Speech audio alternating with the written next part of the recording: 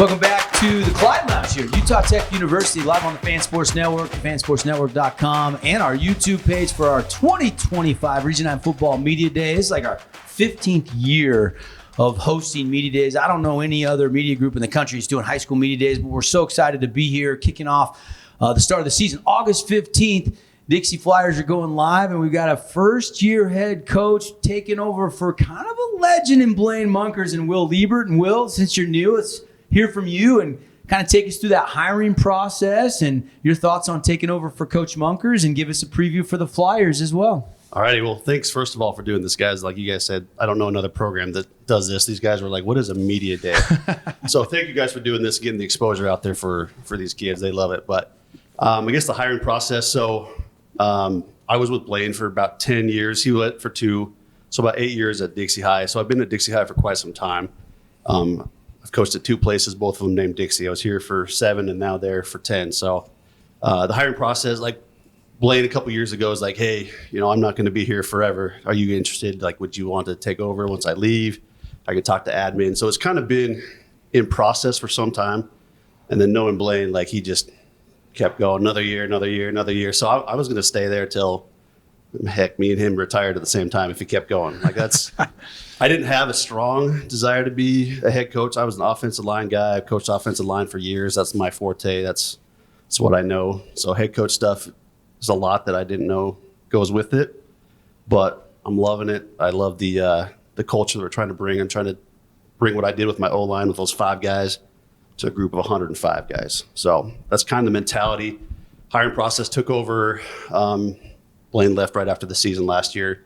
So we've done a spring session. We've done gotten really strong in the weight room, done a bunch of 7-on-7 camps, team camps, just got back and just started practice. So it's in process. We've checked all the boxes. We've got enough equipment for everybody. Didn't know you had to do that part.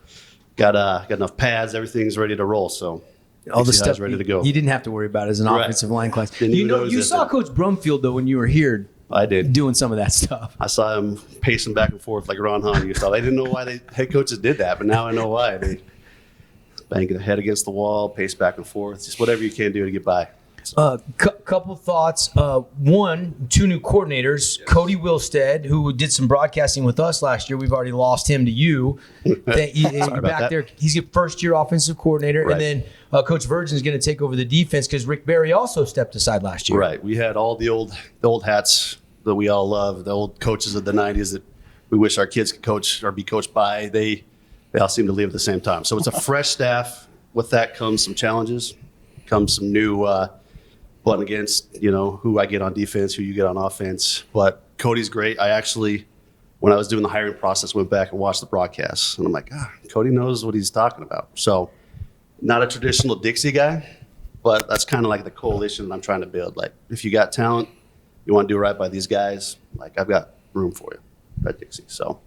By the way, we just swapped Cody for Rick. So Rick's going to be in the broadcast booth with us a little bit here. So we worked it out. So don't worry about that. Good. And Coach, known you a long time, obviously, and one thing you need to replace is a guy that had 173 yards a game and 23 total touchdowns. I know that's probably looming on your mind large. What is your plan to replace a guy that's the newest T-Bird ran Sawyer?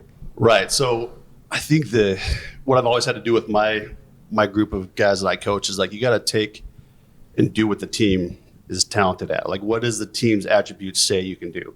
Last year, we had Rand Sawyer and 5 senior offensive linemen. We're going to run the ball, right? We're not quite built for that this year. We got a great quarterback. We got a great O-line that can pass pro, and then we can find a running back. So it's just like year in, year out, let's put the guys in the best position to make points, win a game. So it's going to look a little bit different. We're going to have to place Rand, but our offense is going to be geared towards our talents.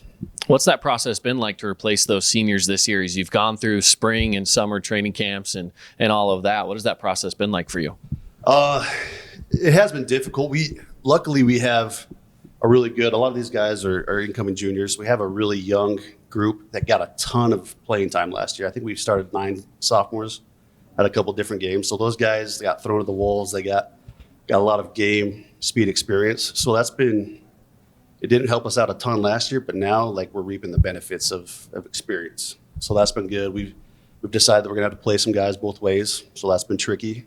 We haven't historically had to do that at Dixie High, but we got really good talent that should be on the field as much as we can. We got some interesting guys, and Paulie will love this question. They're shoe guys. Andy over there at Crimson's got his Chucks. Coach Barry always seemed to have some Jordans. I see you're wearing Hokas. Are you going to rock those on Friday nights?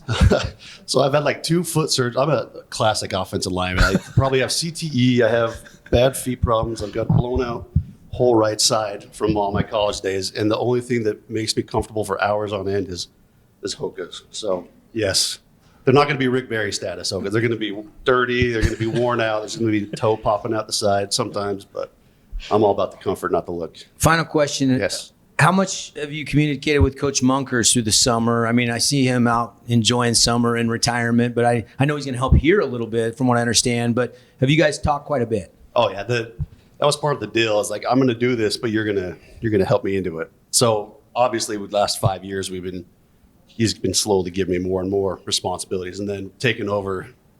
It's funny. I'll text him, and he'll call me right back. I'm like, Coach, people don't call anymore. Like, just text me like the answer, yes, no, maybe so. He'll call back and say, hey, big guy, how you doing? I'm like, I just want to talk. Let's talk. So I love it. He's been so great to help me ease into that. And honestly, like, he's put a lot of guys in St. George into head coaching positions. I mean, me, Wayne, Andy, Sam Stevens were all on the same staff with Blaine just short 6 years ago. So. Yeah, Carl Frankie spent a stint with them. The tree's getting bigger. It's bigger and bigger. Yeah. So. Well, Deacon's yawning, so let's bring in Deacon Virgin here, and then we'll get to the other players. Deke, I think a lot of people didn't really get to see you deployed last year. Saw you a little bit in some fourth quarters and whatnot, but you got hurt in the offseason. How's the injury, and are you 100% quarterback this year? Yeah, for sure. I'm back. I think I'm stronger than I was before now. And just working with guys in town and stuff to get stronger. So it's been since I got hurt, since I was allowed to run. So yeah, I'm good now. Do you get your athleticism more from your mother or your father? My mom, for sure. I don't move too good, but yeah, that's pretty much it. And Deacon, a lot of college coaches got to be salivating at your measurables, your physical tools. What parts of your game are polished at this point, and what parts need more work? I think things that I'm better at right now is just pretty much just throwing the ball, and I think it's timing a lot. We got some fast guys this year. That's what I like about our guys. So, yeah, it's just timing and reads. Like, I can always get smarter. So, yeah. How do you feel like your offense is looking right now at this point? I know obviously it's very early. We haven't even started the season. We're still a few weeks away.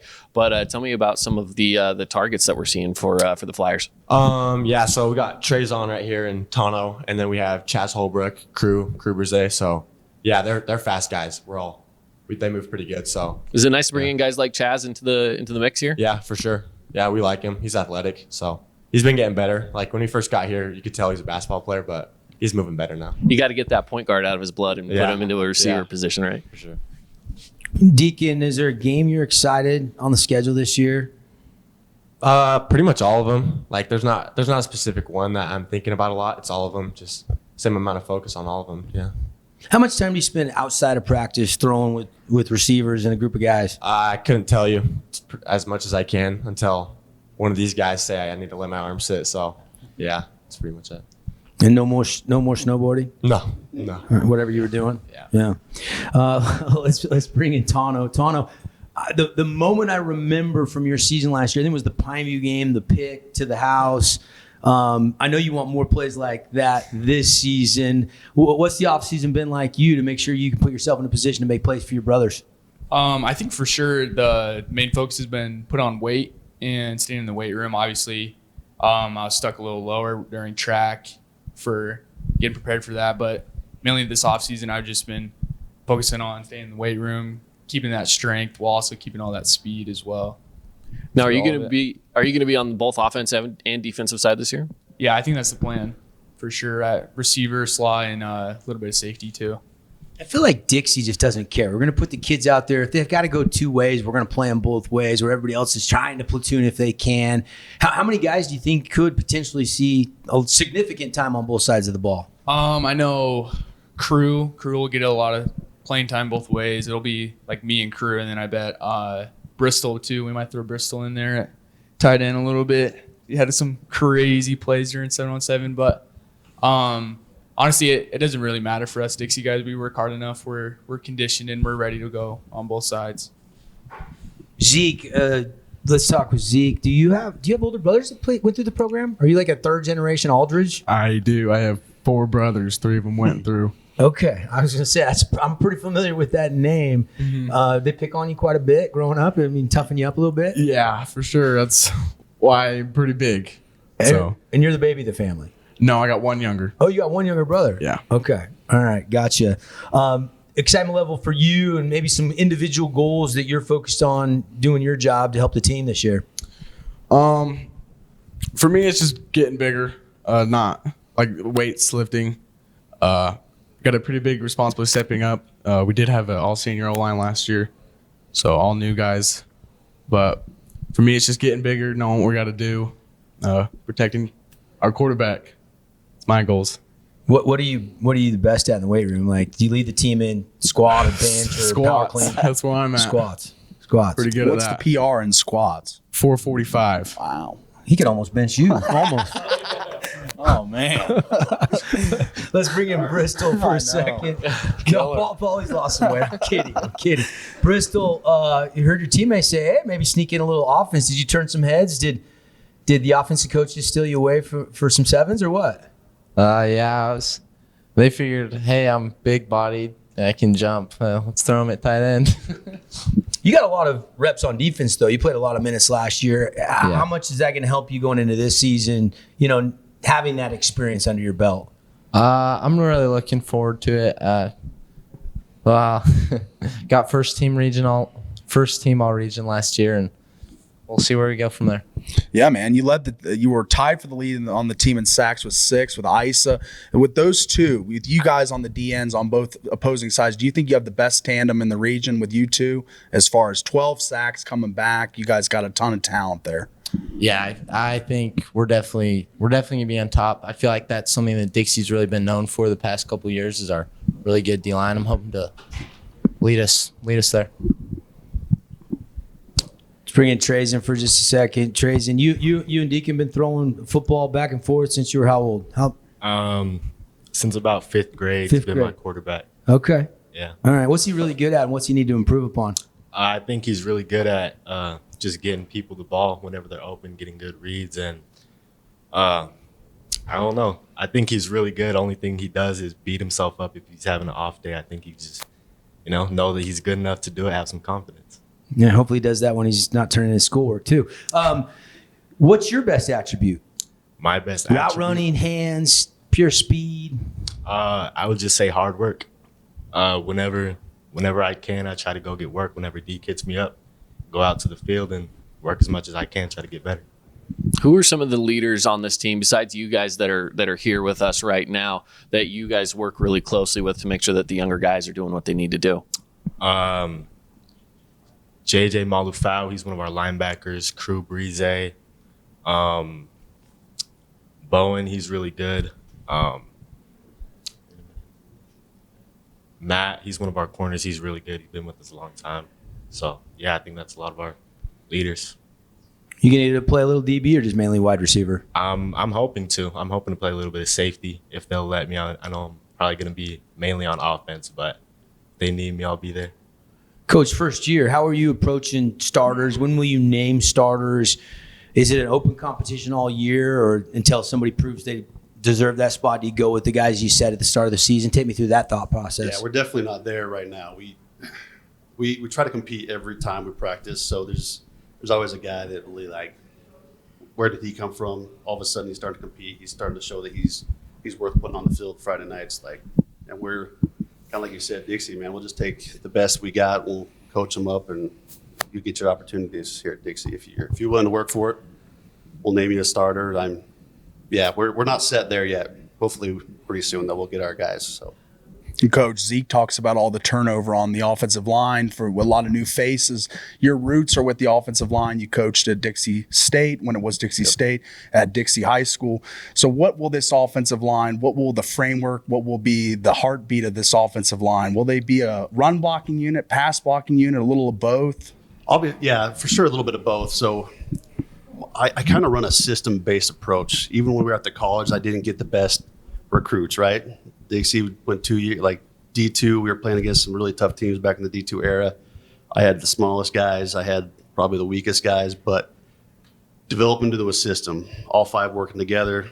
Big fan of the dish, the pocket, like working side by side, not putting anyone on the island, run blocking, doing all the old Brums, McNally stuff from years and years ago. So definitely a system-based approach. It doesn't matter who fits in that spot. Like if you embrace the system, you're going to be just fine. It's kind of our mentality. Next man up.